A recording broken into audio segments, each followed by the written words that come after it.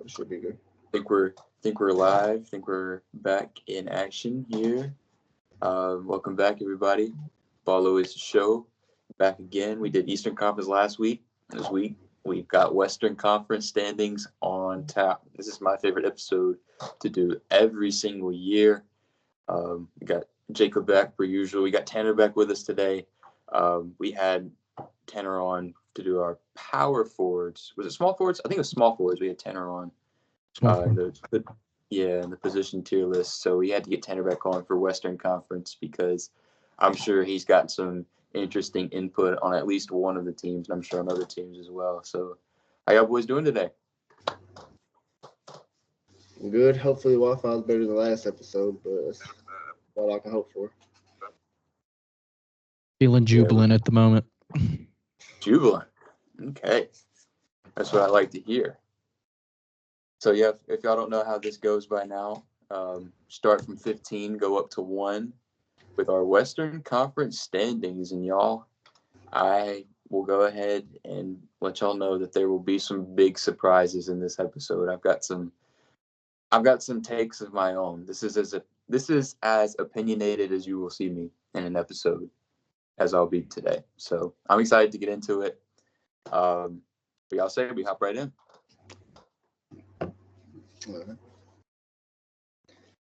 So I'm assuming that we all have the same 15 seed, maybe. Would I be correct in assuming that? I don't know. Who is it? I have Portland on my 15. Yeah, it might be my favorite team. Might be my Portland Trailblazers. Is that the case around the board? I got the Lakers. No, I'm kidding. I got Portland. Yeah, I figured this would be the case, and it's all right. In a year of capture the flag, I'm cool with being the 15 seed. I'm cool with rocking out at the bottom of the conference. Not for much longer. Hopefully, after this year, we can start the upwards track. But yeah, my Blazers are going to sit here at the bottom for I guess all of us. Offseason ads drafted Donovan Clingan with the 7th pick, who, by the way, has looked really, really good in preseason. I've been super pleased with what I've seen from him. And on draft night, also traded for Deni Avdija from the Washington Wizards, who's going to be in the starting lineup. The projected starting lineup that I have has actually changed over the last couple of days. I think Scoot Henderson's going to come off the bench to start the season.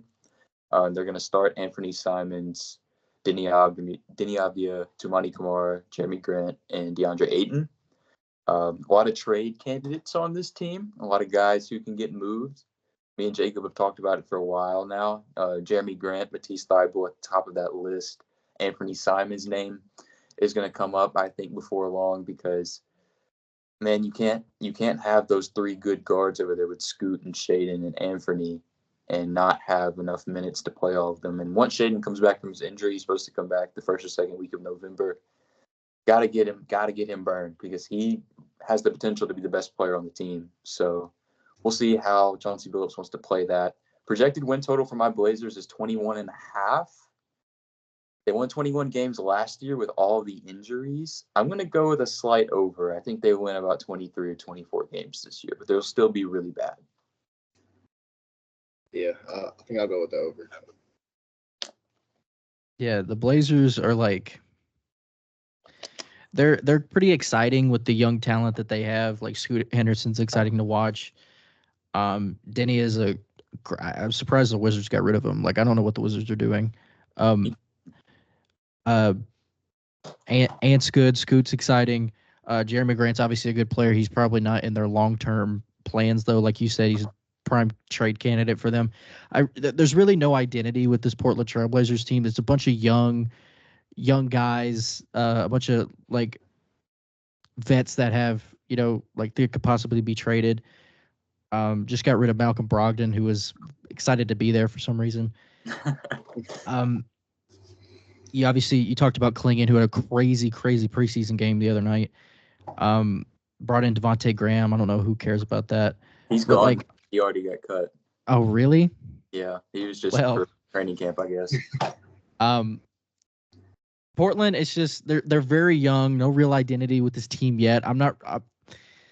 It hasn't been a lot, but I'm not so sure about Chauncey Billups as a head coach right now. he just doesn't really seem to have the locker room from what I've seen. I know it's a lot of turnover, a lot of young guys in that locker room, a lot of a lot of leadership that needs to go on. But like, I don't know. Right now I'm not really high on Chauncey Billups as a head coach. He's not doesn't have a lot to work with at the moment, but I don't know. Portland just doesn't really seem to do anything for me. That's why they're last. I think they'll be promising. Like they have a lot to build on. Donovan Clingan's going to be a stud. I'm so sad that we couldn't trade up to get him, but Clingan's going to be amazing. I think Denny Avdia is like a pretty essential glue guy for whatever team he's on. Scoot, Shaden, Anthony Simons. I think what I would like to see, like when this team, gets into like a formidable, like playoff team in a few years, whenever that happens, I would like to see them keep all three of them and then use them in the way that the Thunder did in 1920 when they had Chris Paul and Dennis Schroeder and SGA. Like work in a way to get all of those guys on the floor, whether it's like how they had SGA at the three sometimes, what like put Shaden Sharp at the three, whoever, like to get all them, like, because those guys are very, very good players. And I think like getting rid of one of them is like, it might, who do you, as a Blazers fan, Elijah, I know I'm rambling here, who do you think out of those three would be gone first? I think just because he's been here for the longest and he's the most established at this point, I think it's got to be Anthony Simons. I think he has the best like concrete value right now. Making a lot of money, most established player. Like, I agree. But like I think they would be best served to keep those guys because Ant, like you said, he's a vet, like is a vet. Scoot and Shaden, I think, can learn from somebody like Ant. He's been in the league for a while. He got to learn under Dame and CJ, and he's been in playoff games himself. I think they would be best served to keep all three of those guys and use them in a way that the Thunder did back in 1920 with CP, SGA, and Dennis Schroeder when Dennis Schroeder was a Six-Man of the Year candidate. Like, I don't know. I think that's what they can do when they are a team that is, talking about making the playoffs. But right now, I think it's all about development, all about, getting pieces back for your old guys like Jeremy Grant, maybe DeAndre Ayton, depending on Donovan Clingan plays.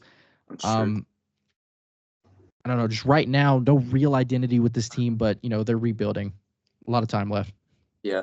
Last year, they hoped that last year would be the year where they set that identity, but they had all the injuries. They had all the immediate roster turnover after Dame, so they had to get guys in and find roles, and they're still doing that. One last thing I'll mention about the Blazers is Chauncey Billups is on the last year of his deal as a coach. And me personally, I've never been sold on him as like the coach that brings them back into like real playoff or title contention. I've always thought of him as a bridge coach. So in a spot where the Blazers are probably not going to win a lot of games, I kind of expect him not to be back after next season, but we'll see. We'll see how it plays out. The Blazers should be fun this year, more fun than they were last year. I'm excited to watch them.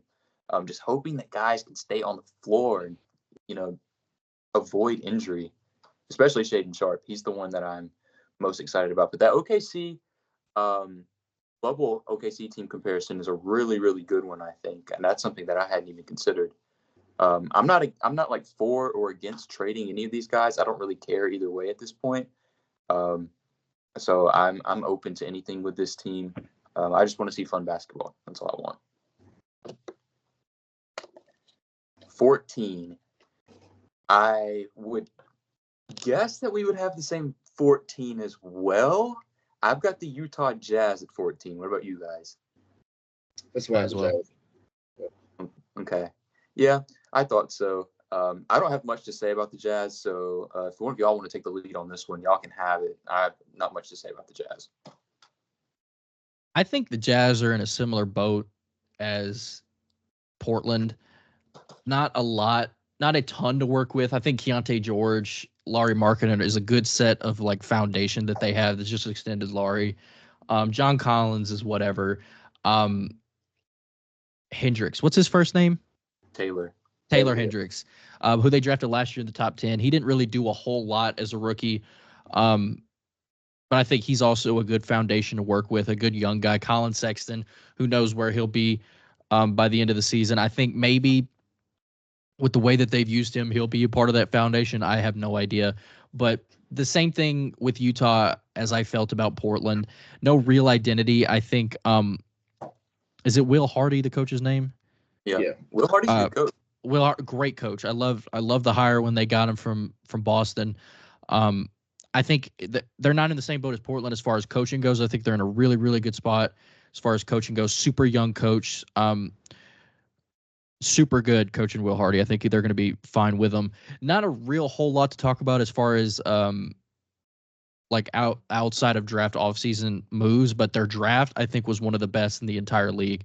Cody Williams out of Colorado, Isaiah Collier out of USC, and Kyle Filipowski out of Duke. The fact that he fell to the second round was crazy to me. Also, like they added Shvi Mikhailuk, Drew Eubanks. Like, who cares about that? But like, I think Chris Dunn, he's like revitalized his NBA career last year in Utah. I think that was a huge loss for them. I think he went to the Clippers, if I'm not mistaken. Lost THT, lost Kira Lewis. Besides the draft, not a crazy offseason for Utah. Again, I think as far as like personnel goes, they're in the same situation as Portland. Just no real identity, just building up that roster, that chemistry with each other. I think Lauri Markkanen, I was kind of surprised that he wasn't moved in the offseason, but staying in Utah, got a huge extension. I like Utah a little bit more than Portland. I think just because of coaching, I think Will Hardy, like, you know, Utah was like at the top of the Western Conference for the first 2 weeks last year. They can, you know, go out in crazy runs. I think that this team has that chance to do that. Like, I don't know. I don't want to say something crazy like could they make the play-in? I don't know. This team's not great, but they're at 14. A lot to say about a 14 seed, but again, they're just similar to Portland. Not a whole lot of identity. A bunch of young guys. I just think they'll be at 14. Yeah, same with Portland. Kind of got a few vets that they can kind of flip for picks or, you know, younger guys. Collins, Walker Kessler, I think both of those guys could get moved at some point. I know Kessler was in a lot of trade talks in the offseason, especially in New York, before they got cat. I guess Colin Sexton might get moved. I don't know what his interest around the league would be, but like you said, same with Portland, kind of not too great. Just develop young guys, see what you can get for some of the older guys. Yeah, I think y'all said it all. Like Tanner said, I really like their draft. I thought they had a really good draft, especially at the end of the first round, getting Isaiah Collier and Kyle Filipowski. Interested to see, like what guys Danny Ainge decides to move off of this year, if he can do that, if he will decide to do that. Projected win total for them is 28.5. I went a little under. I think they'll win like 26, 27 games. I'll go over on that. I think they can win like, I don't know. The Western Conference is so competitive that like, I think this year like a 35 win team could be 14th. Like I think, I don't know. Last year was like the craziest I've ever seen it. Yeah. Like New Orleans barely got out of the play-in at 49 wins. Like, what are we talking about? They would have been like a 3 seed in the East. Like Sacramento the year before was a 3 seed with 49 wins, just for context. Like it's this the Western Conference is, I don't know. There's no real way to predict it. It's the same thing with like the SEC in college football. There's no real way to predict it. It's just a bunch of, you know, like pretty decent teams trying to, you know, win basketball games. Like, I think I'm going over on that because I think Utah I think their ceiling is like 38. You know, they're not like just completely horrible. They're just a bunch of young guys on a team. But I don't know. I think their ceiling would be like 38. I think a 14 seed this year in like pretty loaded Western Conference can win about like 34, 35 games. Yeah, I think the West can be close, like in general. I think like the next set of teams are kind of close for me a little bit. Yeah, I figured that our first two, the bottom two, would all be the same. Once we get to 13 and beyond, this is where the jumbling begins, because I don't expect you guys to have the same team that I have at 13 unless we're just on the exact same wavelength. Either of you guys want to go first with your 13 team? I can go first. This is where I have San Antonio. Mm, So I have him as well. really? I like Vic is going to be one of the best players in the league. Like he already is. Vic is outstanding. There's nothing much more to say about Victor Wembanyama right now. I just like they're going to be without Devin Vassell for they say it's till like November.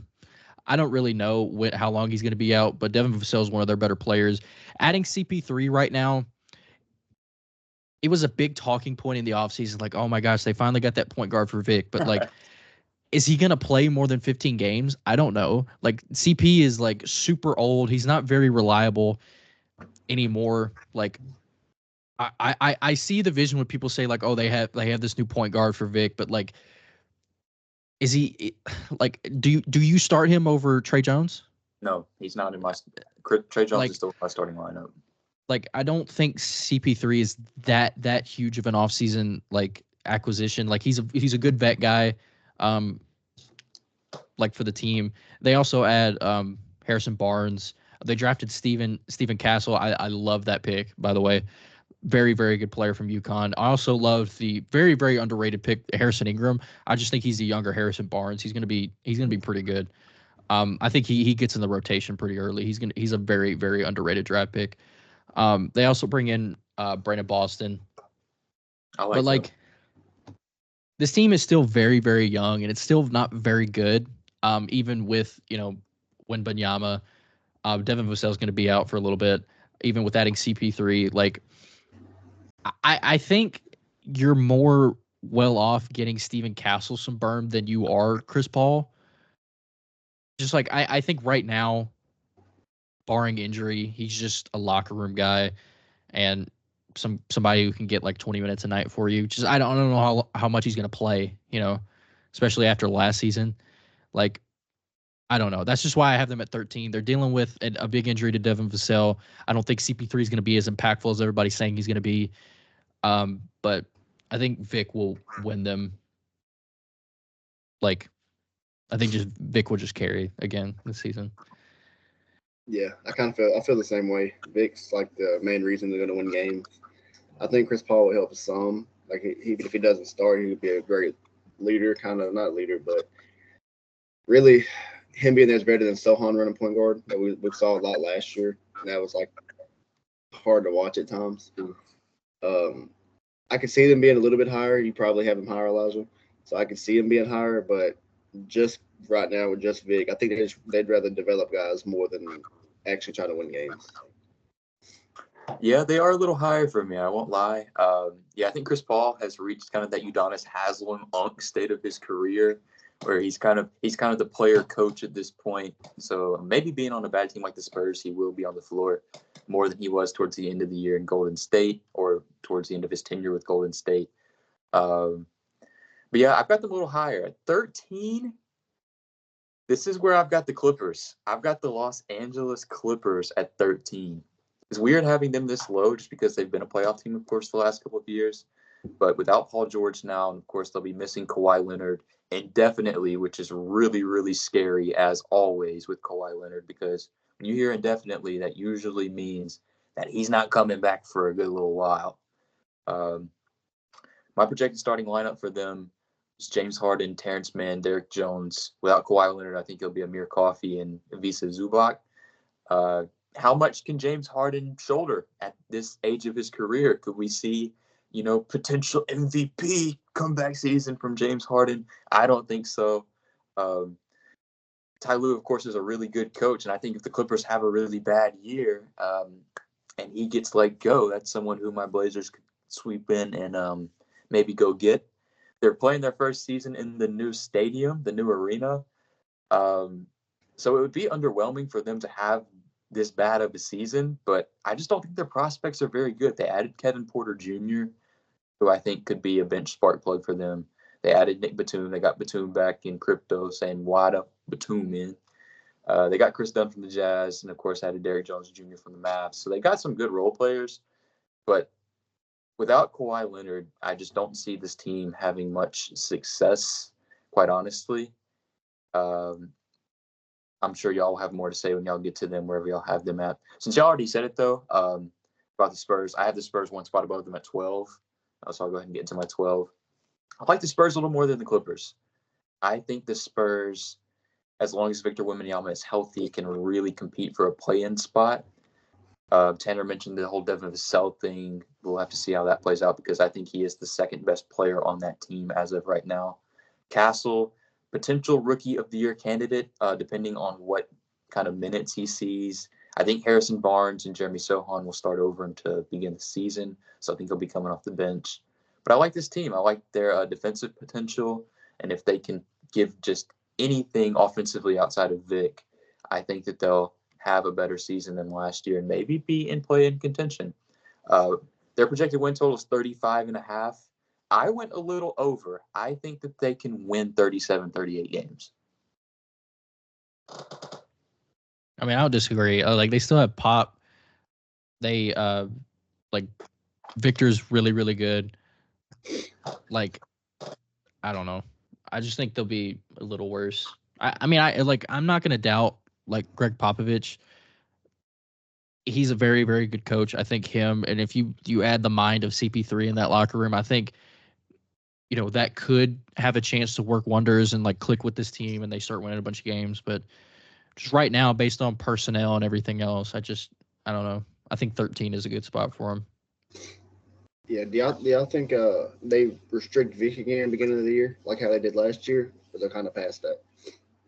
I don't think so. Just because last year he was coming off of playing in Europe, like over the summer. And so I think him just having a full off season to train and get better, I think they'll have him out guns blazing from opening night. I mean, this guy almost beat Team USA by himself, so I don't think there's any point to just restrict him. Yeah. Who y'all got at 12? I also have the Clippers here. Okay. I don't know. The Clippers are just old and mid. Like they're just there's no real young guys on this team besides like Terrence Mann and Amir Coffey. Like just no real like guys to look forward to. It's just a lot of old, a lot of mid. With Kawhi out, losing PG, their second best player is probably Zubac, Norm Powell. Like they're just it's not a great roster. I think James Harden, he's done his best in his career, really with no help around him. But that's about a half decade ago. That was in his prime. But right now, he's gone into more of that facilitating role, like the DeMar DeRozan career arc, where he's just just getting more his teammates involved. But this year, I don't know, for the Clippers to be anything, I think we have to see Harden go back to that like MVP killer form, just averaging 35 a game. I don't think it's gonna happen, but like I just think that's what it would take. This roster is not very good. They bring in Derek Jones, like you said, Chris Dunn, Nick Batum, Mo Bamba, Kai Jones, KPJ, just a bunch of mid. Like Derek Jones was pretty good last year, had a good playoff run, but Chris Dunn revitalized his career last year. Nick Batum was a decent role player, but that's all they brought. Just a bunch of decent role players. Nobody to really move the needle. Losing PG sucks. I understand. Kawhi being out indefinitely sucks. I understand. Other than that, you're just not really prepared for the roster isn't really constructed to be able to not have PG and Kawhi, which is really, really mind-boggling considering the fact of how many games that they missed together. You would think the front office would be like, hey, we're probably not going to have these guys for 82 games in a year. Why not, set it up? Derek Jones is kind of that thing with Kawhi. He's obviously not Kawhi, but like, I don't know. This team's just bad. Like it's old and mid. There's nothing more. The more like, not much to say about this team. This team reminds me of the 2021 Lakers. There's just a bunch of unks, bunch of unks on the team. I don't know. They just sit at 12 for me. They might win like 39, 40 games. This might be the team that lost in the play-in a couple years ago, but I don't know. It's just not very good. I just think they're not any better, especially in the Western Conference. They're not any better than the teams above them. Yeah, I had the Clippers at 12 too. The Kawhi being out kind of maybe having that low. I thought about if he was healthy a little bit higher, but losing PG hurt more than the guys they even brought in. So yeah, them losing a lot of depth and what James Harden are we going to get? If we're going to get the focused James Harden, or, the one that's kind of not there until halfway through the season. So I contemplated switching them in the Spurs, but I think James can win them enough games until Kawhi, if Kawhi comes back, because it is indefinite. So I stuck with them at 12. Yeah, they're in a weird spot because, like Tanner said, they have really kind of topped out, and they don't have any draft picks. They don't have any young players who have like real trade value. So they're in a weird spot to be in a new arena and with all this like buzz that Steve Ballmer's trying to create for the fan base. It's kind of weird. It's a weird spot for them to be in. Their projected win total is 37.5. I went a little under. I think that they will win like between 33 and 35 games.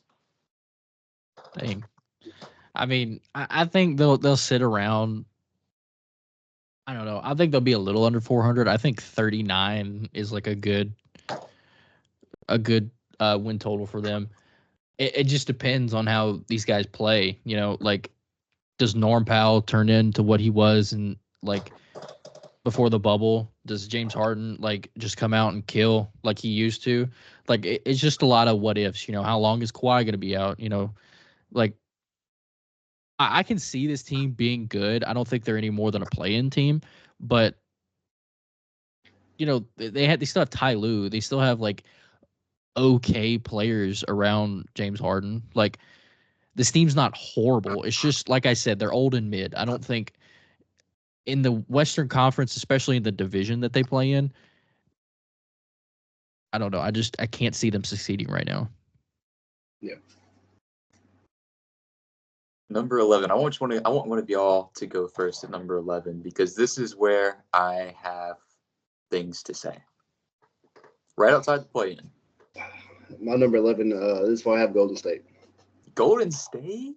Yep. Wow. I know they have Steph Curry. They brought in some solid role guys, with where AirPods take another jump. The lineup I have is Steph, AirPods, Andrew Wiggins, Kuminga, and Draymond.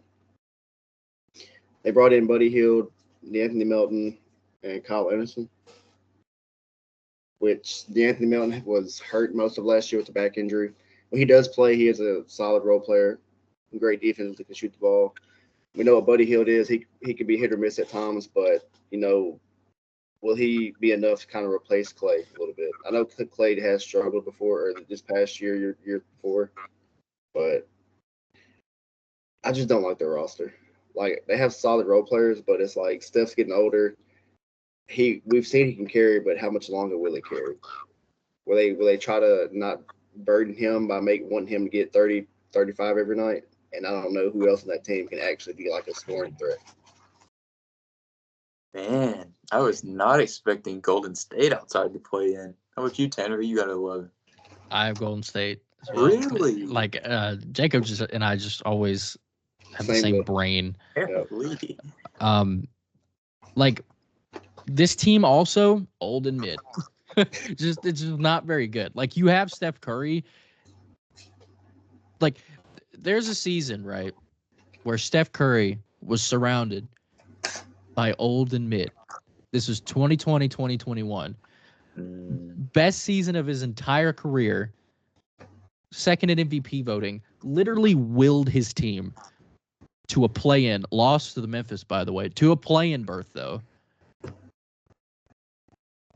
And it was literally only because of Steph Curry. Now, Curry just doesn't age. Like he as he's aged, he's gotten better defensively. You don't see that by people. I think right now he's the best defensively that he's ever been in his entire career. Crazy. He doesn't age. Steph's a robot. Outside of that, though, is where I have questions. Brandon Podziemski is, great up-and-coming player. I think he led the league in charges last year. Just a scrappy guy. Andrew Wiggins is butt again. Like, he's just not good anymore. Jonathan Kuminga. Have we seen his ceiling? Is there another level to tap for him? I'm not sure. Draymond Green is Draymond, and I don't know. They losing a lot of key role players from last year, including Lester Quinones, Dario Saric, Klay Thompson, Chris Paul. Nobody cares about that. But like, what did you bring in? You brought in Buddy Hield to replace the shooting that you lost with Klay Thompson. Buddy Hield is just kind of a more wishy-washy version of Klay. Am I right in saying that? Like, Hield, one of the better 3-point shooters ever. I think I'm right in saying that. I don't But think you're wrong. like, he's just not as consistent as Klay. Klay in the last few years hasn't been very consistent. But when you're used to the consistency of Klay, losing Klay, despite his play the last few years, huge loss. Like, it hits different as a Warriors fan. Like, if you're a Warriors fan, losing Klay is just like it's a big loss despite his play. You also bring in Slow-Mo, who's a pretty good glue guy. D'Anthony Melton, also a pretty good glue guy. I don't know. It's like I said earlier, old and mid, pretty much outside of Steph. I think this team, like, I'm higher on another team that I think that will be in the play-in above them, but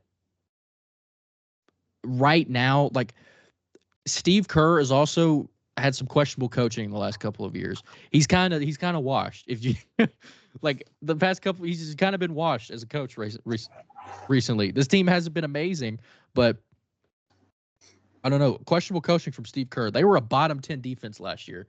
You don't see that from the Warriors. Oh. Like, ever. Bottom 10 defense. Will that change this year? Probably not. I think they sit around 44 wins. Like, they won 46 last year. I think they'll sit around 44, 45, maybe. But, like, as the 11 seed, you think they will? I don't know. I think that's a lot of wins for an 11 seed. It is, but, like, I kind of meant to say, like, that's their ceiling. I think 44, 45 is the most they'll win. I think the play-in is their ceiling. I'm higher on another team above them. I think another team will just make the play-in above them. But right now, Golden State, they haven't been consistent on the road the past couple of years. They're just not reliable to me at the moment. Oh, man.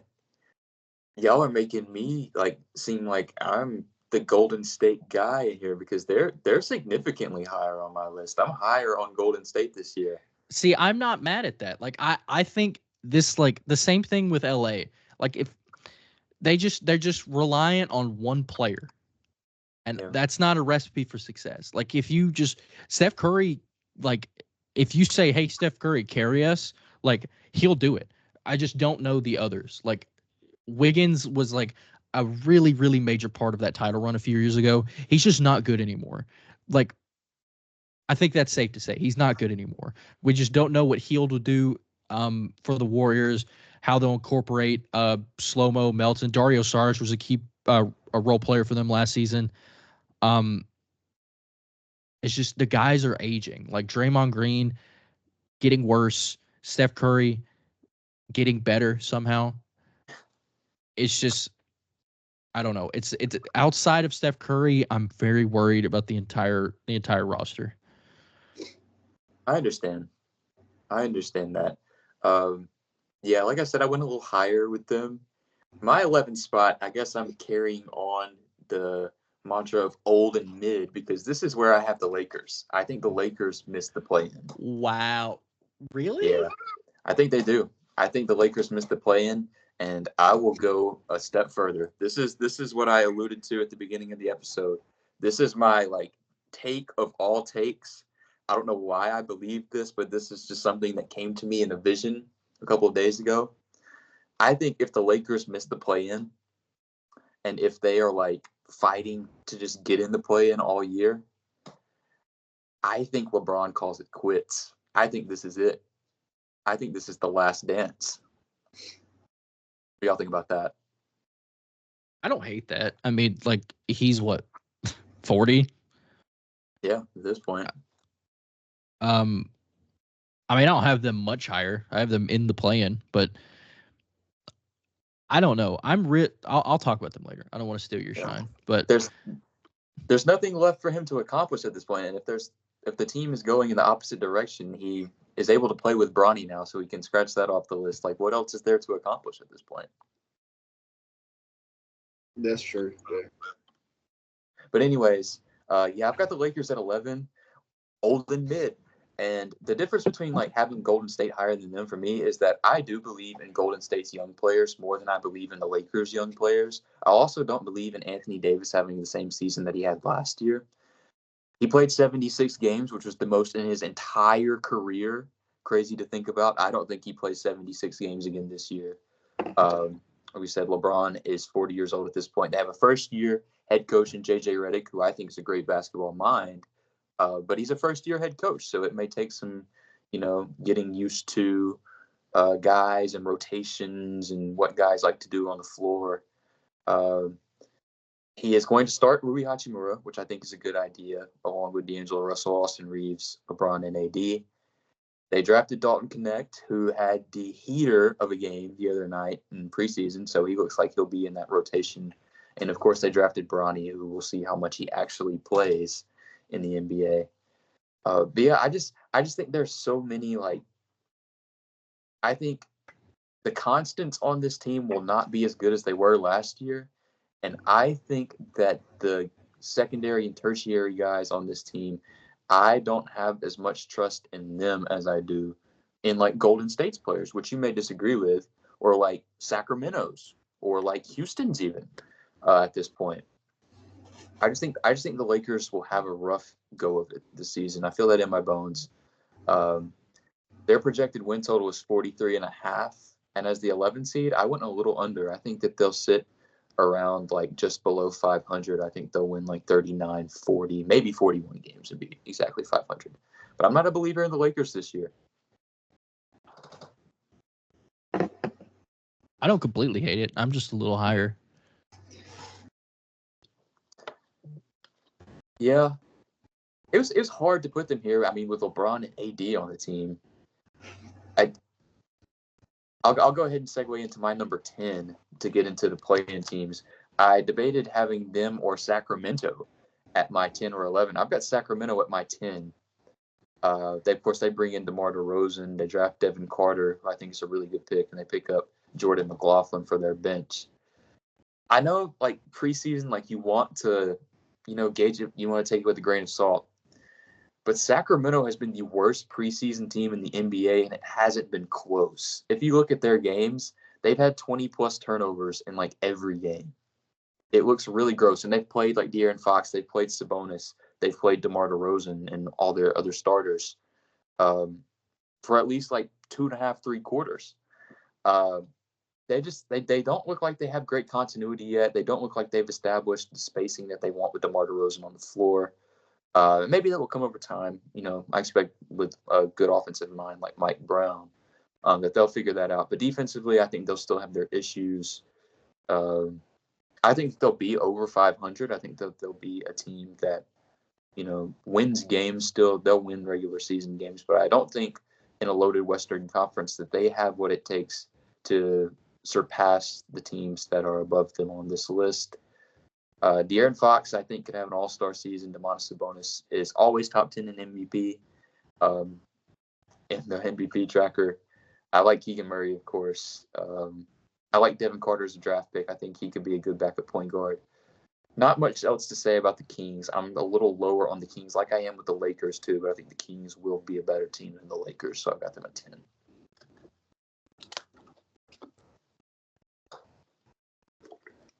Do we have the same 10-10? Do you have Houston here? Yeah. Wow. Man. Let's keep going. We're on a heater. I'll let you go ahead. I debated on putting them a little bit higher. I believe they finished a little stronger last year than they started. I'm trying to pull the depth chart up. They got some guys, man.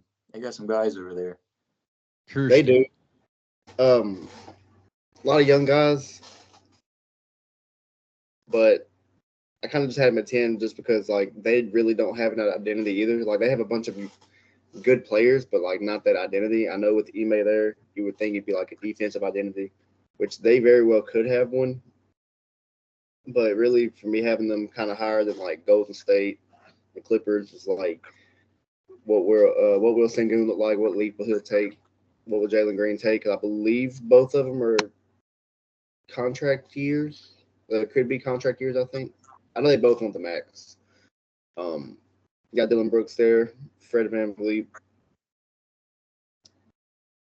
I think depending on how much he plays, Reed Shepard could probably be in Rookie of the Year talk. I think so. so. Great player off the bench. I doubt he'll start any, but great shooter off the bench. Amen Thompson, how will he develop? And Cam Whitmore, if he develops anymore too. Kind of still where he fell so far last year. So weird. They also have Steven Adams, which I kind of forgot about. I forgot they traded for him with Memphis. Just give him that. Sir, I believe that's why. Miss my boy. But yeah, I couldn't really put him any higher. I trust in the teams above him a little bit more. Maybe it's just because they're a little bit older.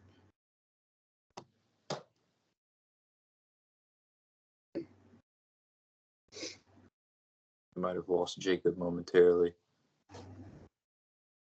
Jacob, are you with us? Jacob, speak to us. I'll go ahead then. This is also where I have Houston. Not really much to say after what Jacob said. Like, they didn't really lose a lot of guys. They lost Reggie Bullock and Boban Marjanovic. Just into the bench guys. They bring in Reed Shepard in the draft, which I personally like. I don't know. Like, I liked it. Like, I'm not saying he's bad. I'm not saying he wasn't worthy of the number 3 pick. I just don't know. I don't know how good he is.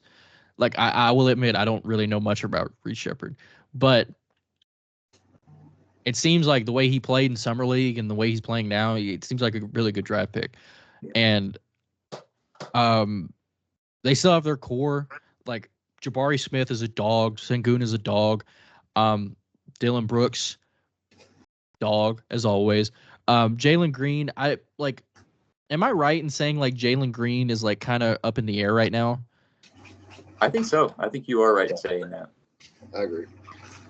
Like, Jacob said Reed Shepard may not start this year.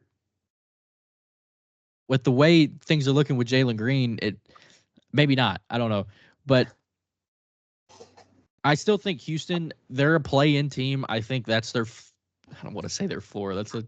But maybe it is. Ime Udoka, I trust him as a head coach. Maybe not morally, but as a basketball mind head coach, I trust him. You know, he's been to the finals as a head coach, and he's got a good core to work with in Houston. And I think, I don't know, their ceiling and their floor is really hard to gauge right now just because we got to see it. But, you know, I think 10 is like a safe pick, you know. They could easily be higher. But like Houston's going to be good. Like, they're going to be a good team. They're not going to be a team that you want to play. Yeah. I'll go ahead and say it. At my number 9, this is where I had the Houston Rockets, so one spot above you guys. Everything that you guys said is spot on. Reed Shepard in preseason and summer league, he looks like that boy. And I really liked him coming out of Kentucky. He shot over 50% from 3, so he's got that sniper about him. But yeah, Tanner, you said something interesting about Jalen Green. Jalen Green either looks like the best player in the world, or he looks like he is like the downfall of any team that he's on. It's so topsy-turvy. It's so polarizing. But this Rockets team, they have so many guys. They could go so many different directions. Amen Thompson, year 2, one of the guys I'm most excited to watch. They'll be one of my most watched teams this year. I've said it before on this channel. And out of all the teams in the West, there were 2 teams that I really had trouble deciding where to put. And they were one of those 2 teams because I think that they could be as high as like the 7th seed. I don't see them being like a top 6 seed in the Western Conference yet. But I could also see them still missing the play-in, you know, just depending on can they can they establish, like Tanner said, an identity, a culture? Because with Ime, it's a defensive culture. He brings that defensive prowess. And I think at their best, they're a top 10 defensive team. Hard to imagine that with Alperen Sengun in the middle, though, because he's more offensive-minded. They've got so many guys, so many moving parts. They've got some vets on that team that I think could be moved to open up some more space for the young guys to play. But I really like the Rockets. I think that they'll be in the play-in. I think that they'll win a lot of games in the regular season. And I think their projected win total is 43.5. I went over. I think the Rockets could win 45 games, 44, 45 games. It's a very, very deep, very young team, and a good core that they have. Jabari Smith is going to be very, very fun to watch. See, the interesting thing about him is that, like, he's been, like, the most mentioned in trade talks, though. I don't see why. He came to his own these last couple of years. I really, really like Jabari Smith.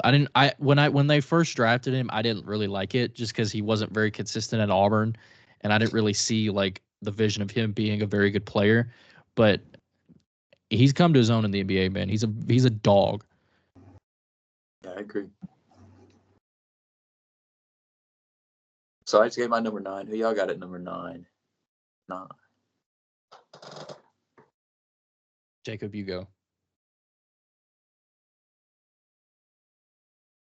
We're having some difficulties with Jacob again, I guess.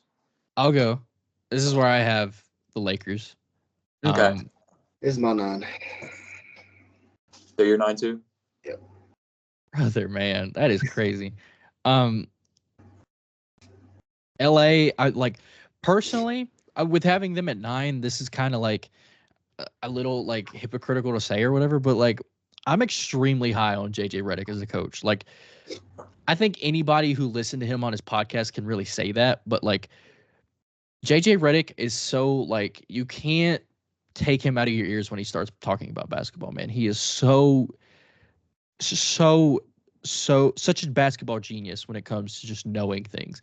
And I think that will translate with the way that he coaches this team and the way that he uses his players. He's talked about on his podcast, me and my brother talk about this all the time, on how he thinks that if you have a very, very good big man like the Lakers do in AD, use him as a hub of your entire system, the centric of your offense. That's what I'm hoping Donovan Clingan can be for the Blazers, by the way. Put him in the high post on the elbow and just work through Anthony Davis. The Lakers, they have like the personnel and the potential to have another top 10 defense like the Lakers typically do with this core. If the Lakers can, if JJ can work wonders, like I think the Lakers can be like a top 4. Like you said, old and mid, but like LeBron is still LeBron. He may be 40, but he's still LeBron James. AD just had one of the best years of his career last year.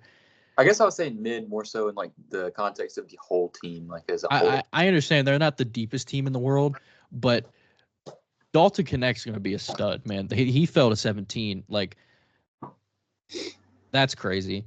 JJ's got a stud in Dalton Connect. Bronny it's cool to see him with LeBron. Like, I will say that. He's just kind of whatever. But like this team is good. Like they've made the playoffs the past couple years. They found it. If they can make the playoffs with Darvin Ham, the conference finals with Darvin Ham, you don't think JJ can do something with this team? Yeah. But like D'Lo, Austin Reeves, Rui starting, like you said, Bron, AD, you worry about their health, their availability. But if this team is healthy, I think this team could be a solidified playoff team. If this team is right, healthy, full out the year, I trust them over most of the teams in the Western Conference just because of their veteran leadership, their talent. I trust JJ as a head coach. If Memphis had JJ, I would love it, right? But like JJ Redick, I just think he's a very, very, very he's going to be a good coach. I just don't think there's any way he's not going to be. You could say like, oh, there is, just because like coaching is different than playing, but there's something to be said about being hired strictly off of what you say and not what you do. Like his coaching history is like fourth grade. Is that it? Like his son's fourth grade team, and then he the biggest leap in coaching history, like coaching fourth grade, probably just voluntarily, and He did then the reverse Monty Williams. Y'all and didn't see then that Monty Williams is coaching his son's team now. Monty fall from wherever he was at. But JJ, there's something to be said about that. Like he was obviously hired for a reason. Like I think he's going to be a very good head coach. I was excited to talk about JJ Redick, just because people are questioning it, just because like, oh, he's never coached before at this high of a level. Like, I don't know. I just he's obviously he can relate to the players. He's real good buddies with LeBron. I think players like just are going to like him. I don't think you can't like not like JJ Redick the way that I've like from what I've listened to. He's a genius. I'm gonna stop glazing, but I think JJ is going to be a good head coach. I think the players are just I don't know. I just think I have him at 9. All this to say, I have him at 9. But I think the Lakers, if they can stay healthy, and if like things are going to fall under the way that I think JJ will have it, I think this team has a chance to be like a top 4 seed. Like I don't know. It's just like it's also like the Lakers. The Lakers have shown they can be very consistent. Yeah, the increase from Darvin Ham to JJ Redick is kind of why I had him a little bit higher. So that's mainly it came down to, and AD had a good year last year, so did LeBron. They both play, and you can kind of count on them to help you either compete in almost every game or win games. So yeah, no, I would love to see it. I would absolutely love to see the JJ Redick first year just blossom into one of the premier coaches in the league. I would love to see it. He's got the mind for it, obviously. My biggest holdback with that is just that he's in LA. He's with the Lakers. I think if he was with a team like if he got the Cavs job, I think that the Cavs would be in prime position to compete in the Eastern Conference with JJ Redick. And the Lakers have obviously got players. They've got vets and they've got LeBron. So, but it's just knowing the Laker way and knowing the inconsistencies of that team. I kind of worry about that for him. I worry about the noise, and I don't think it will affect him directly. But that's my holdback right now. There is a world where they're not very good. There is a world where they're like miss the playoffs, but like I think barring injuries and barring anything crazy happening, I think this team is just I just don't see how they don't be like at least pretty decent, I get that. I'll go ahead and give my 8 since we've already talked about them getting into the top 8 teams now. This is where I have Golden State. I've got Golden State at the 8th seed. I'm higher on the Warriors than I was last year. I'm really high on Jonathan Kuminga. Kuminga is the guy. Tanner said that he doesn't know if he thinks he can hit another level. I think he can. I think that he has proven that he can shoot the ball better than he has in the past. I think he's got some really good defensive potential on the wing. The whole Andrew Wiggins thing, it is a little man, what happened to that guy?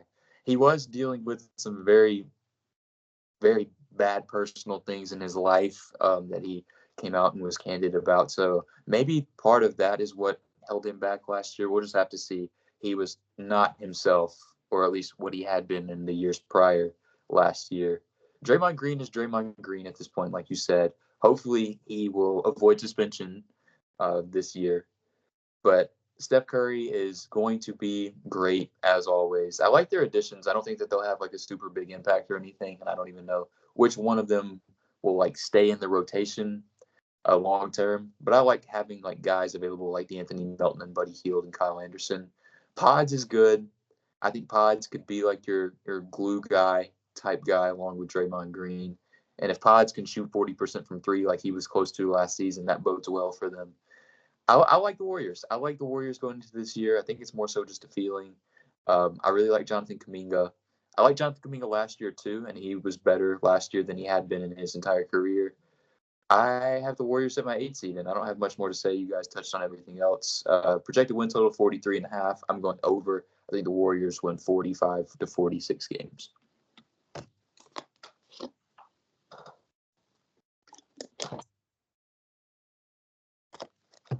Do we have the same 8, or does it stop here? You go first. I'm nervous. It was kind of tough putting them here, but there's like one big reason I did. This is why I have the Pelicans. Dang, bro. Is that what you have them too? Yes. Y'all are crazy, man. Y'all are My crazy. my biggest thing with the Pelicans is they don't have a center. I mean, they do, but they're not. His name is Herbert Jones. Yeah, they're starting Herb Jones at center. And hey, if he can lock down most of the centers that he plays against, Big man Herb Jones. So that was my main issue with them. I really wanted to put them higher.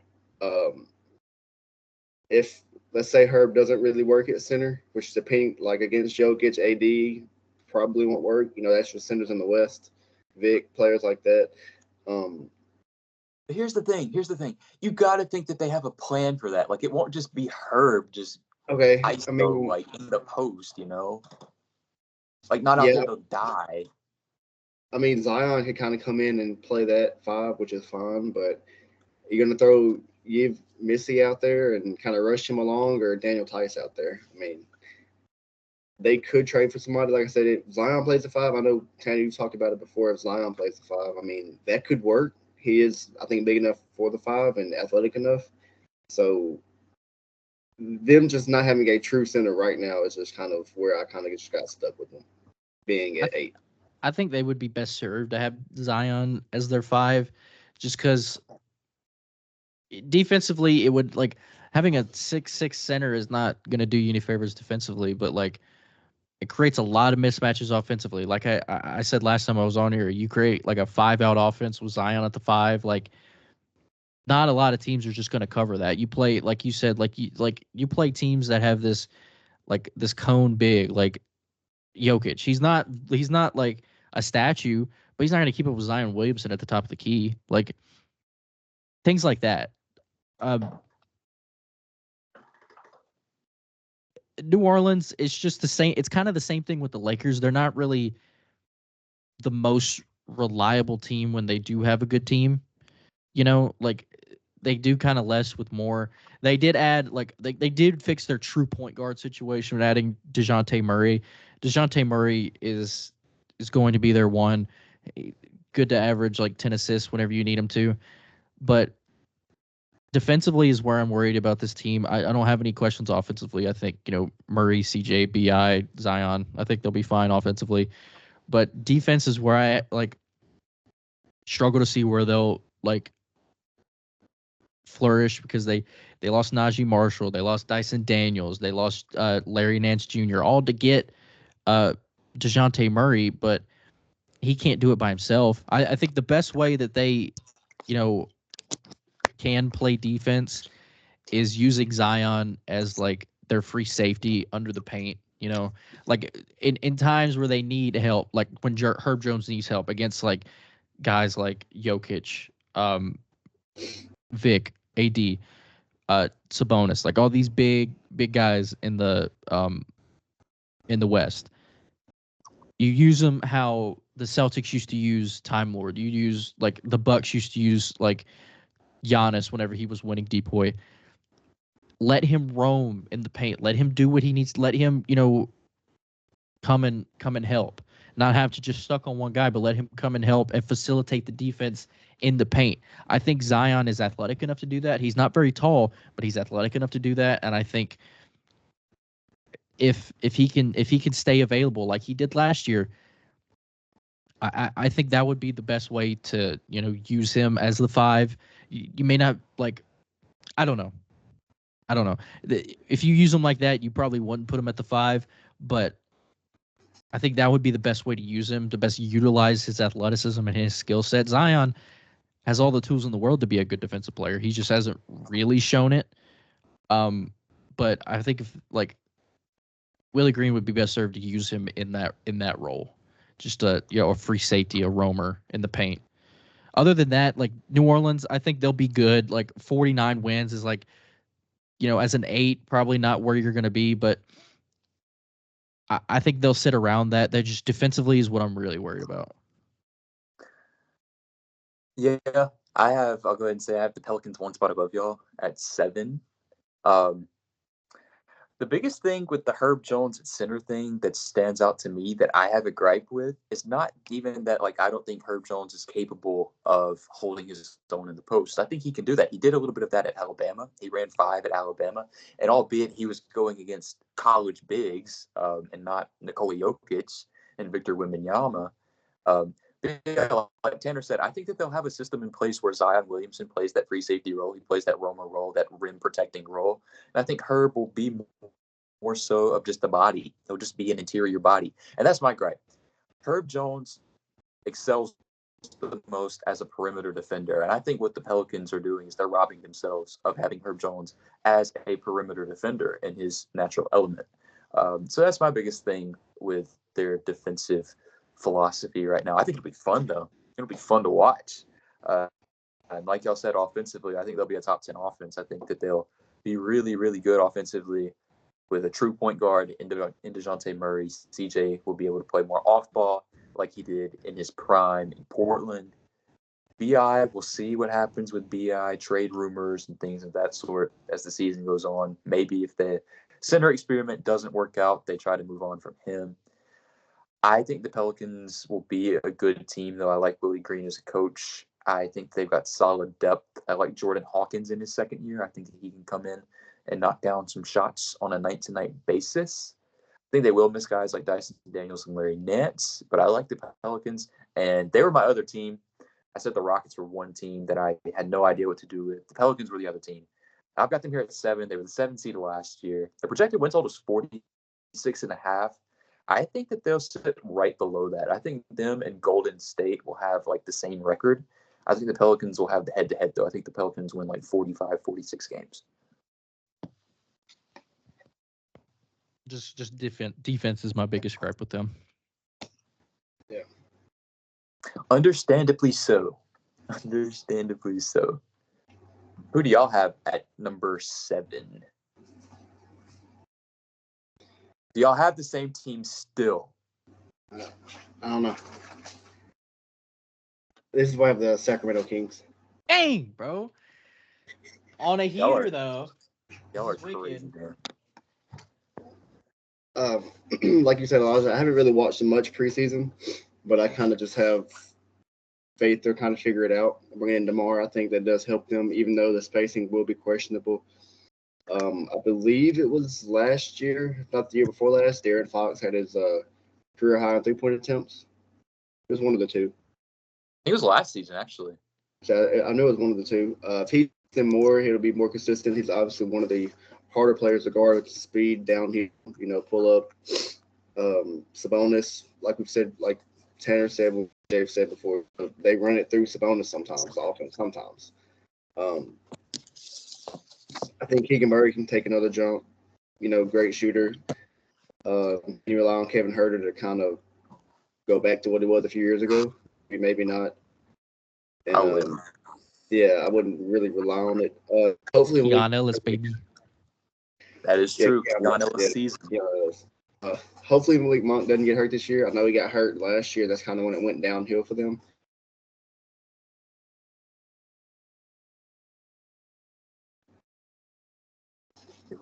Kind of just relying on them to kind of figure out the DeMar DeRozan fit and kind of now they have, I think, the last 2 Clutch Player of the Year awards, which is probably not a real award, but I think Steph won it last year, actually. Was it? He might have. I want to say DeMar won it one year, I thought, and I thought Fox did, but I might be wrong. I know Fox won it. I think Steph did win it last year, though. Okay. I believe so.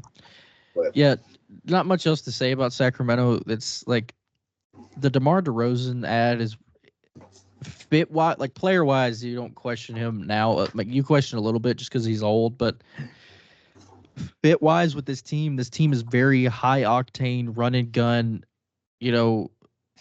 Very like old school Suns, just like get the ball up the floor and score. But DeRozan is not that. Like he's very slow paced.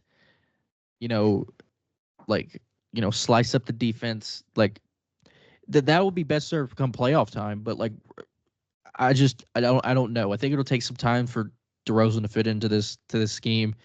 And like you said, turnovers, like it's just not very consistent. But this team is very deep. Like you still have Malik Monk off the bench. Keon Ellis is an upcoming player. You bring in J Mac from the T Wolves. You trade for Jalen McDaniels. Jamal Shed from Houston, I think, is an underrated draft. Like they traded for him, I think, on draft night, but he's an underrated guy out of the draft. I hated playing this guy as a Memphis fan, but Houston legend. like he was a very, very good college player. His game, I think he's just kind of the same as what Davion Mitchell was. I think that's kind of why they just got rid of him. But I think he can be a very, very good impact player. Jamal Sheed, he's just a dog. Devin Carter, like you said, will be a good backup. This team is deep. It's just how will DeMar fit on this team, and also defense. This team has to come up with something defensively. They're just not good. They can score. You can score all you want, but if you can't stop anybody, it's going to come back to bite you. Unless you have LeBron, historically. Unless you have LeBron. Yeah, that's why I was lower. That's why I had them lower, just because of the questions with fit, and obviously you don't expect them to be a top even 20 defense in the league at this point. You can only score 125 so many times. You can only rely on that for so long before teams kind of start to figure you out a little bit. And if you're not scoring 125, then it's kind of wraps for you. I think a similar thing will happen with the Indiana Pacers this year. That's why I was a little lower on them in the Eastern Conference. And I think the Sacramento Kings are kind of in the same boat. Will still be a fun offense to watch. They'll still be lighting the beam a good bit. But, yeah, I get y'all's placement. Top six.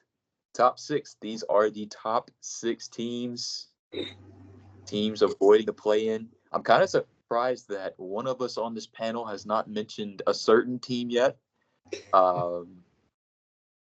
This is growth. I'm very proud of you. I've never had them that low. I've had them low, I think, one time. Yes, you have. The lowest I've ever had them was like 7. I think you had them as the 8 seed 2 years ago. I think 7. And that was the year they were the 2 seed. Yeah. Anyways, 6 seed. Either of y'all want to go first? Jacob, go. So the Phoenix Suns. Yeah. I have the Suns at 6 too. So I'll take Tanner's spot. Let's go. I was wondering if that was going to be the one. Heck yeah. Why you got the Suns at 6, Jacob? Let me pull their depth chart up real quick. Hopefully, I think they'll be healthier this year. They actually did bring a point guard in. He is their projected starter, and Tyus Jones. I have him coming off the bench, actually. I think they still start Grayson Allen. Okay. Well, either way, he does help as another ball handler. I think Bradley Beal missed – didn't he miss like the first 30 games? Something like that. Trying to get pulled up. It was a good amount for sure. Yeah, and even when he came back, he wasn't great. Yeah, he wasn't great. I just kind of think if they're healthier this year, that KD book, I would hope Bill could play better. I don't know if he will. Kind of hope he does. Kind of more of, I don't think he'll be that scorer like he has been before, even like he wasn't last year. The biggest thing for them is Nurkic, which is the biggest thing for them every year probably. How will he? But they're dead.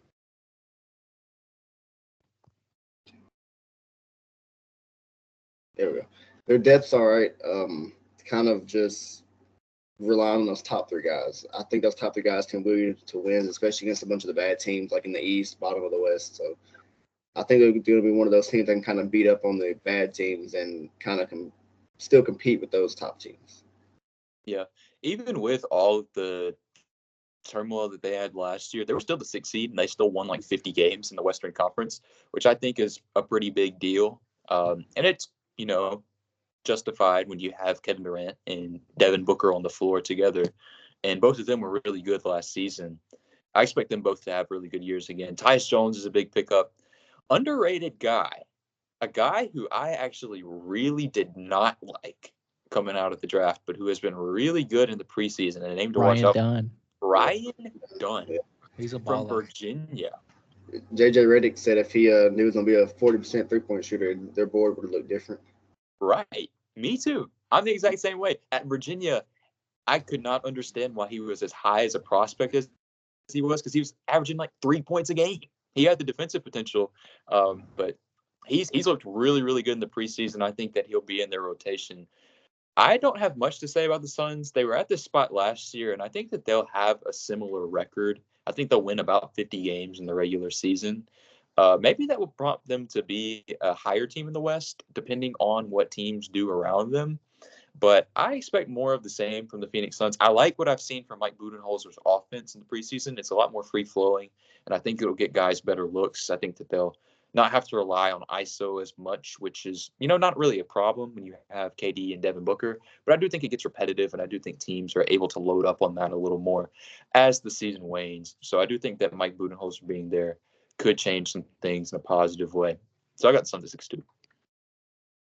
I can't believe I'm saying that I'm lower on them as y'all are. I did not expect that. That's where I have Memphis at 6. They're a playoff team. Okay. I was trying to not let my homer spurt out and like blind you guys, but like, there's questions of the continuity. This whole team hasn't been healthy yet. Okay. Didn't really lose much. You lost Zaire Williams. Addition by subtraction. I'm sorry to say it. Zaire was very bad. I hated. I wish we brought back Yuta Watanabe. He was a pretty good player. But the projecting starting lineup for my boys is Ja, Marcus Smart, Desmond Bain, Jaren, and Zach Edey. That's a playoff team. Big Zach. I'm not gonna lie. I crashed out when we took him. I crashed out pretty bad when we took him. But I was in that like bandwagon boat of like Zach Edey's not going to be a very good NBA player, but like I'm a little higher on him now. I don't have amazing expectations for him. I think he'll have a very big like learning curve going into the season. He's looked pretty good in preseason. He's dogging people, but I think there'll be a learning curve. I question, like with his height, I question his availability. I don't know. I think they'll use Taylor will use him how we used like Steven Adams. Like we're losing a little bit of that playmaking aspect that Steven Adams has, but Zach Edey I think will be pretty good with the way that we'll use him. He'll have a lot of screen assists like Steven Adams did coming off pick and roll with Ja. He'll be a big lob threat from Ja. Like, I think Steven Adams will be fine, or Zach Edey will be fine. It's just like injuries killed us last year. That's the reason we were so bad. Like nobody stayed healthy. Ja was obviously suspended for the first quarter of the year, but can this team stay healthy? Can Marcus Smart stay healthy? Can Desmond Bain stay healthy? Can Jaren stay healthy? He stayed healthy. He was most healthy out of all of them, but he's had injuries concerns before. I think he's out the start of the season, right? If I'm not mistaken. Yes. A few weeks, I think. It's just the injuries is what I'm worried about. Like if we're healthy, we're gonna make the playoffs. This team healthy has been the top 2 seed in the Western Conference the past couple years with this core. Adding Marcus Smart, we're adding a bunch of these new guys. I think Jalen Wells out of Wazoo coming out of the draft is going to be a pretty good player. It's not a ton to say about this team. It's just I think people are forgetting about Demetrius Jamel. He's becoming underrated. And talking about his. What did you think about him being number 20 on the top 100 list? I don't really know. That's the first I've heard about that. I don't really care. I just know like he's going to be underrated just because of the time that he's missed and like the stuff that he's done off the court. People are just automatically going to put him lower. I think John Morant, when he's healthy, is a top 15, top 10 player in the association. he's that good. There's a reason we've been so good before. It's because of Ja Morant. And I think with the team around him, I think we are a title contender this year. And I think if all all pieces stay healthy, I think we are.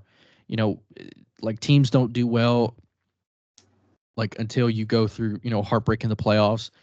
We've felt that the past two times we've been in the playoffs. I think this team, I'm going to keep beating a dead horse, if healthy, is going to be a title contender. It's not a popular opinion. It's not it's not really a. It's hard to gauge like Homer like bias because like I know more about this team because I watch it so much and because this is my favorite team. Right.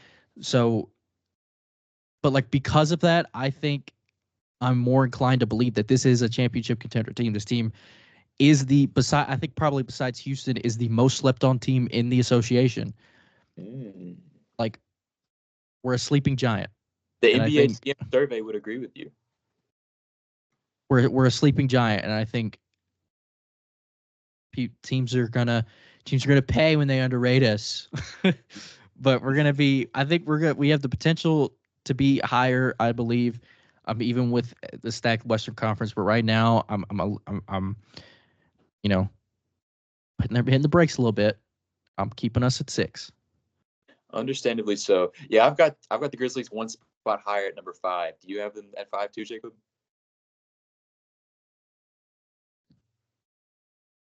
Well, I guess the world may never know.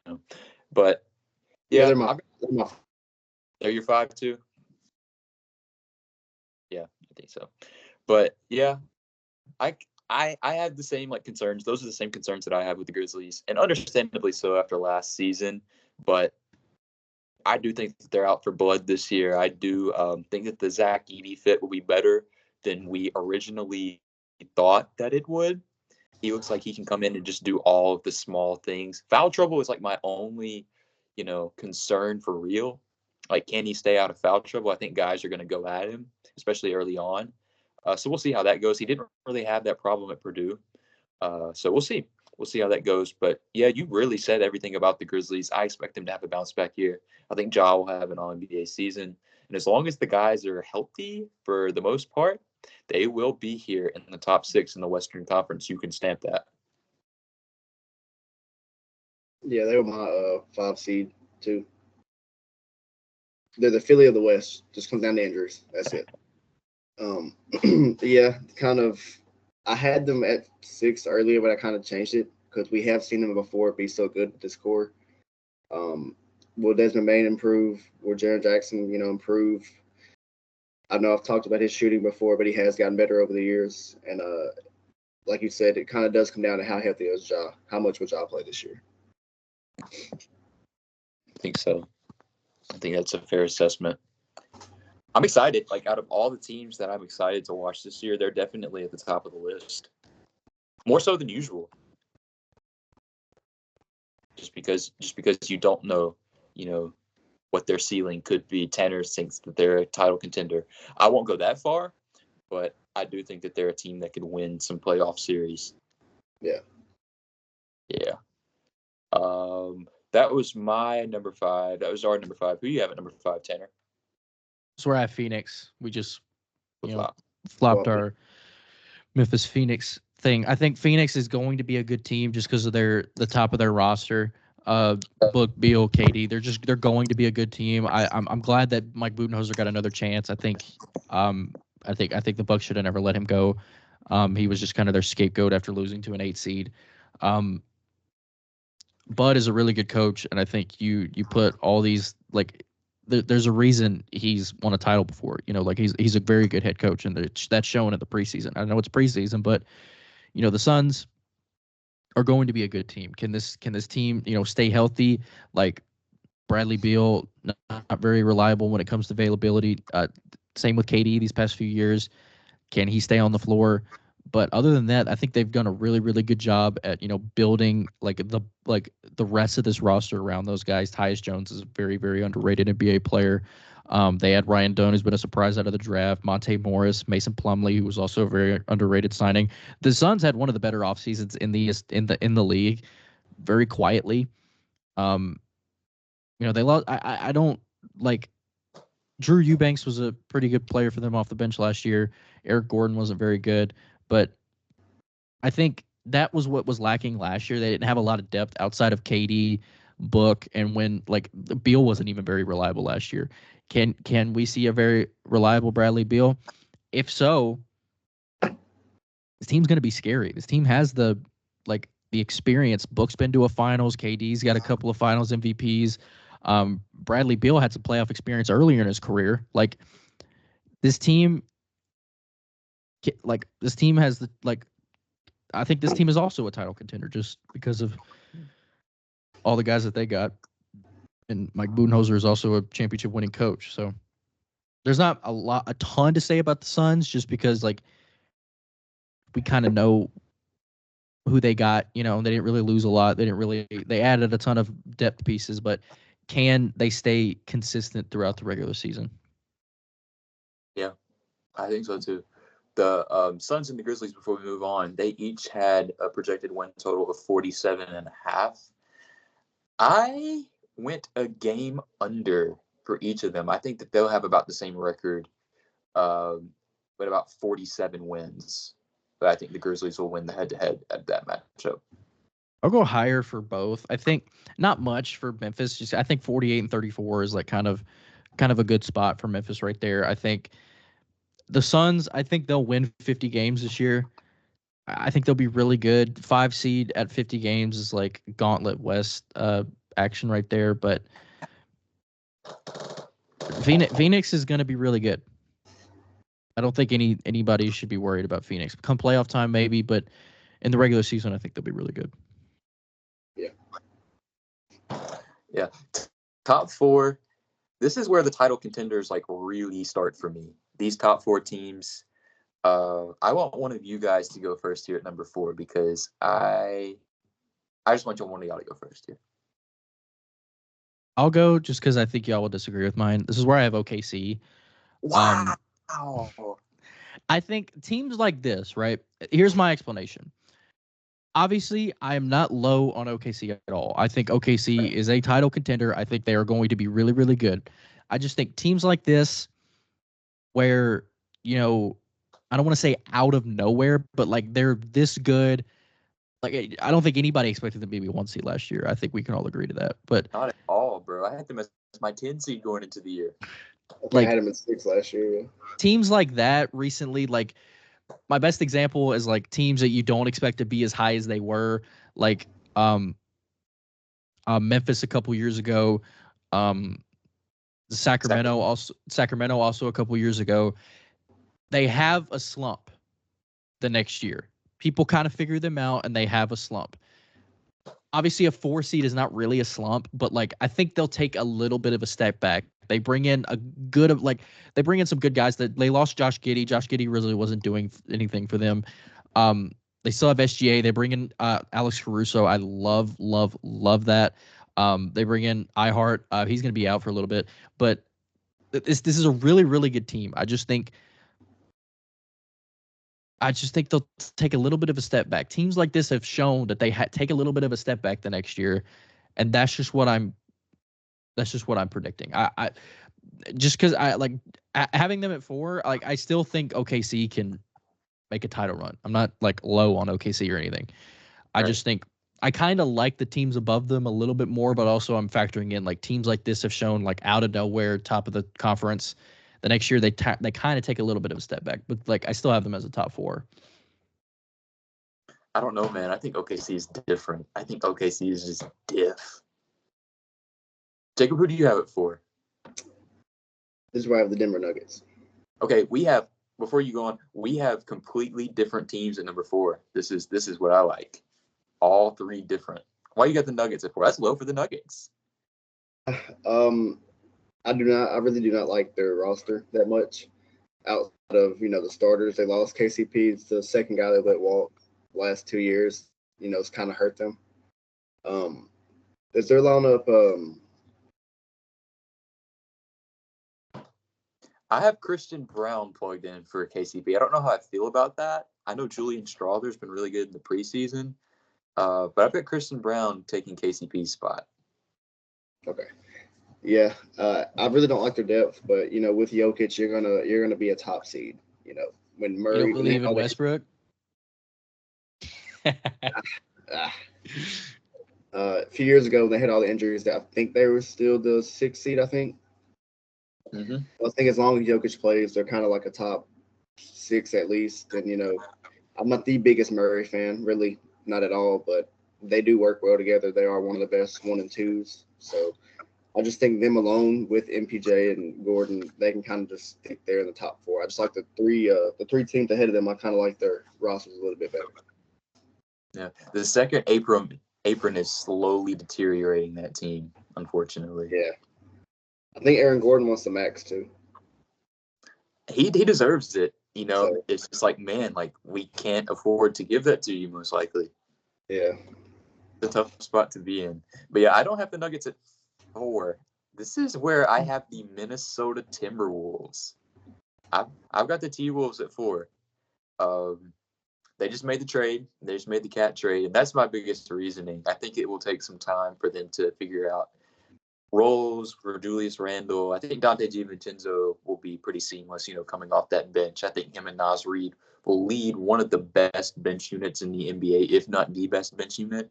But yeah, I think the Julius Randle fit may take some time. I think it may force guys like Mike Conley and Anthony Edwards to change their shot diet, especially Anthony Edwards. I don't know if those mid-range shots will be as open for him as they have been the last couple of years. So that is a worry of mine. I think he'll still get his, obviously. I think that this will be a team that is, once again, like top 5 in defense. I have my questions, though. I have my questions about the Julius Randle fit. I did once the trade was officially announced, and I still do. They're going to be a fun team, though. I really like Rob Dillingham. I really like them trading for Rob Dillingham in the draft. I think he's got tremendous potential. I think he could be anywhere from like a Bones Highland to like a Kyrie Irving. Like realistically, I think he's got that trajectory about him.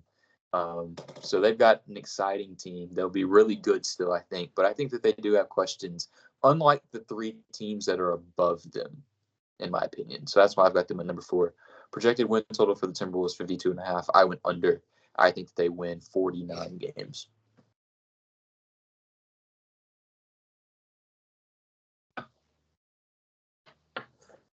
All 3 different. I like that.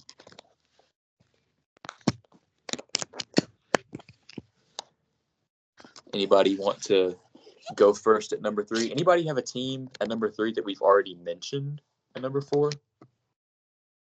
I don't. So that means we all have the same team then. We all have Dallas at 3. How about that? We go from 3 different to 3 the same. That's the first time this video we've had 3 the same. And I guess it will be the only time. Either of y'all want to take the lead on Dallas, because I was the big Dallas guy last year. I had my whole Dallas spiel, but I'll take the back seat this year if one of y'all wants to go on. I'll admit I was wrong on them last year, so I would be a little bit higher on this year. I was definitely lower than you were. You obviously have Luka, Kyrie. By themselves, they're going to win you games. You bring in Clay, like I said earlier, kind of, hit or miss. I don't think he's made a 3 in the preseason. I think it's like a bad streak. But they lost Derrick Jones Jr., brought in Najee Marshall. PJ Washington's still there. Are they going to start Lively or Gafford, you would think? I would think they'll imagine start Gafford. Yeah, I would imagine Gafford still. Okay. Although in the ESPN top 100 list, this is the last time I'll bring it up, Derek Lively was the number 56 tenor. He was above Desmond Bain. Disrespectful. Very. Yeah, they got them as the on the depth chart. That's why. But I thought Lively would kind of start. But they brought in Quentin Grimes. Or traded for him, I believe. Got rid of Tim Hardaway Jr. At least you bought some track. So yeah, I got him as 3. I think if Luka is healthy, if him and Kyrie kind of stay healthy, they're kind of like a top 4 lock, I would think, maybe 5. Kind of just depends on how everybody else plays, but I think there's a good chance for them to be a 3 seed, if not higher, depending on how they play, how healthy they are. Yeah, Dallas is going to be good. Last year was an anomaly. Pretty like they still made the finals, but like they were a bottom 10 defense. Like Jason Kidd has always had a good defense, and them having a bottom 10 defense was pretty wild. And they still did what they did and made the finals. Um, the way that they dogged Minnesota was wild to me. But they the big storyline for them adding Klay Thompson. I was high on it last time I was here. I think Klay is going to fit really, really well alongside Luka Doncic. Their projected starting lineup is going to be Luka, Kyrie, Klay Thompson, PJ Washington, and Daniel Gafford. Nasty. That team is going to be really good. You lose a few glue guys last year. You lost Josh Green and Derek Jones. Derek Jones was a very, very big player performer for them last year.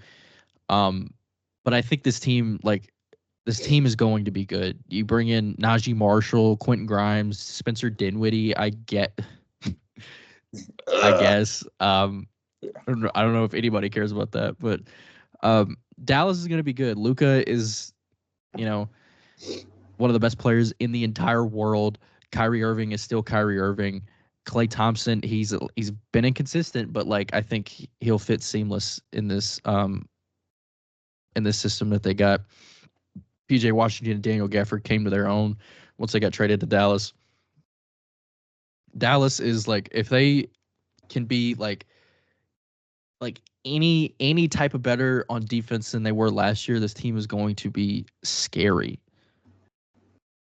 Because there's still that like defensive element that was part of the reason why they made a conference finals run a couple years ago with Jason Kidd. It was like very, very good defensively. And then they have all these pieces offensively together. If they can get that defensive element back, Dallas is going to be wicked. Yeah. Everything that I said last year about Dallas kind of stands the same. I had Dallas as my 3 seed going into last year. That was my biggest hit, my biggest like scalding hot take ever. I had them going into the playoffs as my team to represent the Western Conference in the finals. Another scalding take. I don't know. It's just Luka. I have such good feelings about Luka. I think Luka is right up there, like with Jokic, and I still believe Giannis is up there as the best player in the world. Kyrie had such a good season last year. I know he kind of faltered in the finals and had some questionable playoff games, but he was good for the most part for that Mavs team. And I just like the surrounding pieces. The midseason acquisitions were some of the best acquisitions that I've ever seen for a team at the trade deadline. To get PJ Washington and to get Daniel Gafford, 2 starter level players, with how they played at the end of last season was incredible. And I think Klay Thompson, like you said, Tanner, will benefit from having Luka Doncic and Kyrie to play off of. I don't think that he'll make 0 threes for much longer. I think he'll start making threes here soon. And if he starts doing that again, I think this team is only more dangerous. They've got 2 great bigs. They've got guys to space the floor, great catch and shoot guys. Perimeter defense is my only question, not having Derek Jones Jr. because he was so big for that last year for them. So we'll see if like Quentin Grimes can step in. I know Josh Green is gone too. We'll see who takes on a lot of the toughest matchups. It could be Kyrie maybe. So yeah, we'll see. But I'm really high on Dallas still. I think Dallas is a 50-win team in the Western Conference as the 3 seed. Top two. I'll go first here. This is where I had Denver. I had Denver as my 2 seed. Get OKC going back to back? I think so. I think Jacob has the same thing as I do. Am I right about that? All right, one's the same, but 2's different. Okay. But yeah, I've got Denver here at number 2. I just think that they, as long as Jokic is on the floor, same thing that you say about Luka. And as long as you've got the MVP on the floor, you're going to be a really good team. I think that they maybe won't shatter their win total. Their win total is only at like 50.5, which I think is a little crazy. I think that Denver will win around the same as they did last year, like 54, 55 games. The KCP thing will be interesting because I do think that the floor spacing may be a little more limited especially if you've got Christian Brown starting in his place. See, I thought about like Julian Strother starting just for the spacing. Like obviously Christian Brown is a better